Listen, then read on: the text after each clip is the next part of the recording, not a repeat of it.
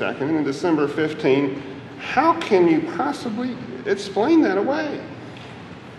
I think you had a conversation with him yesterday afternoon where the two of you were talking back and forth.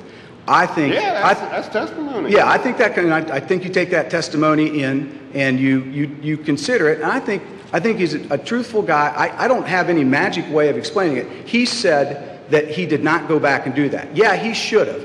But he's also I think he's from the old school of prosecuting. I think that was the question. How do you try it the old school way, where you don't? Without looking at the evidence. I mean, people talking about going in the seat of the pants. Prosecutors have a much higher burden of going back and studying things. Now, he had an open file discovery policy, and what he said is he didn't generally go back and look at a piece of evidence when it came in to determine whether they were entitled to it or not. He just let them have everything so they could make out with it how they could as to what's exculpatory, what's non-exculpatory. You're ultimately going to have to determine his credibility on that issue. He doesn't have any other statement. He won't give you any other statement because that's what he believes the truth to be. Well, I know, and I'm just saying to you, why isn't that just damning? It's damning as far as negligence. He certainly had a duty to go back and check and make certain at that point. It's kind of like in the Hoke and Graves case. If you look at that, there was notice there that they should have gone back and looked at the SBI file. They got the report from the SBI file, but they didn't go back and check the DA's file against the SBI file. I think all prosecutors do that. Wasn't nearly so explicit in Hoke and Graves as it is here. I believe it was. I submit it was. I got to be careful about using the word believe. I submit that it was. I think there were specific requests about that, and if I remember correctly, there was a request to go back and see whether there was we don't have this statement. They went back and got that specific statement and gave it to him, but they didn't take any more efforts to check and see whether there are any other statements that weren't in their prosecutor's file that were in the SBI file. So I think that is analogous to the situation that was here. And you also had at the September 22nd hearing, you had the issue of the underlying data was going to the other side. And there were arguments made in the motion to dismiss about that, but as I also recall the way the motion to dismiss was brought up is it again is an interpretation of a new statute or an amendment to the discovery statute. It deals with what a witness statement is. You had the expert statement, but if I remember correctly, it also amended the A portion to take statement out. The previous version of the statute had a specific definition of statement as far as memorializing something from a report and sending on. So there was a case of first impression on the interpretation of the statute. I would submit to you as far as what paragraph A of the statute means. Okay. I understand that argument. And of course, I don't fault you for making any arguments. Don't get me wrong. But I'll ask you the same question I asked Mr. Brocker, which is under Rule 3.8D, why do we care about that discovery statute? I came to learn at the motion to dismiss hearing that the issue is timeliness and what your duties are under there with the timeliness. That's an issue. Yeah, it's one of the issues that are there. And what you have, this is a case of first impression.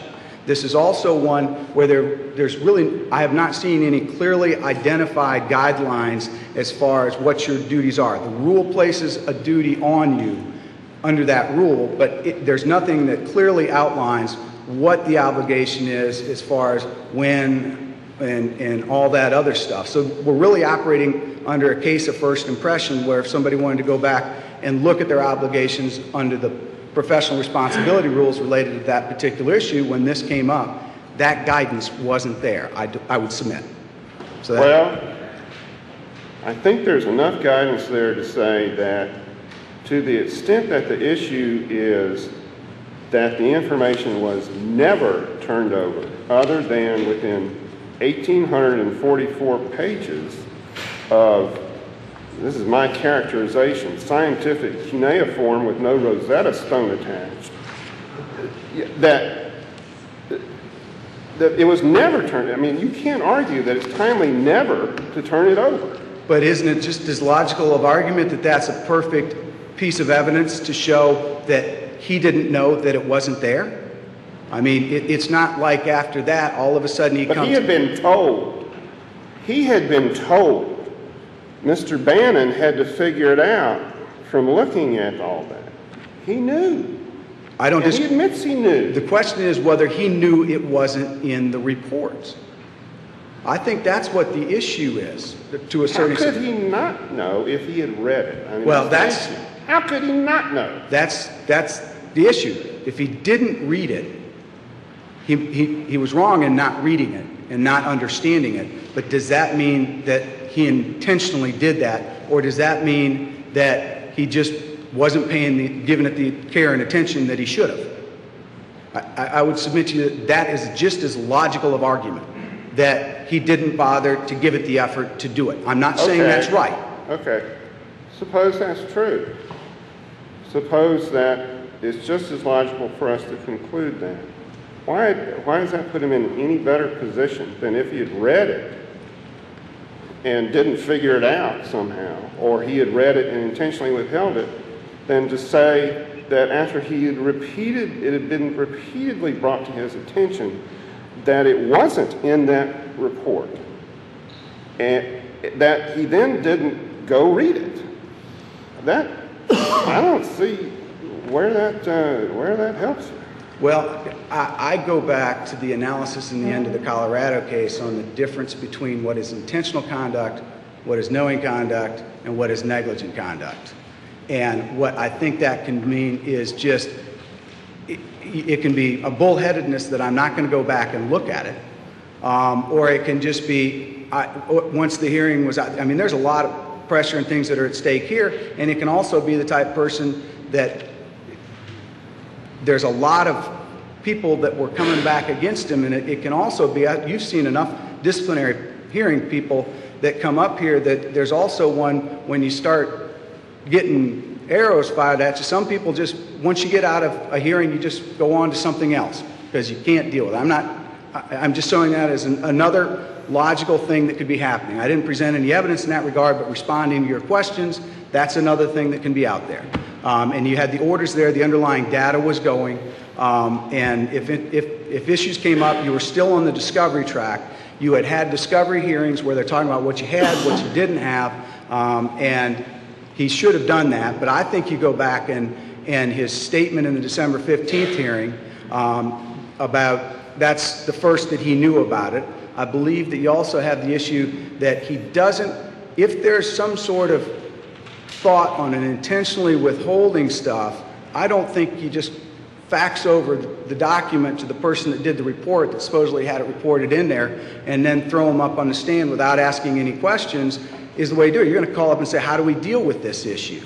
But there's no evidence that he did that. I kind of disagree with you there, because if you know, we're being asked to interpret from our life experience a person's motivations for doing something. And it seems to me that what you just said is, well, let's interpret it that he is the sort of person where there's a big issue made out of this and he just kind of puts that aside.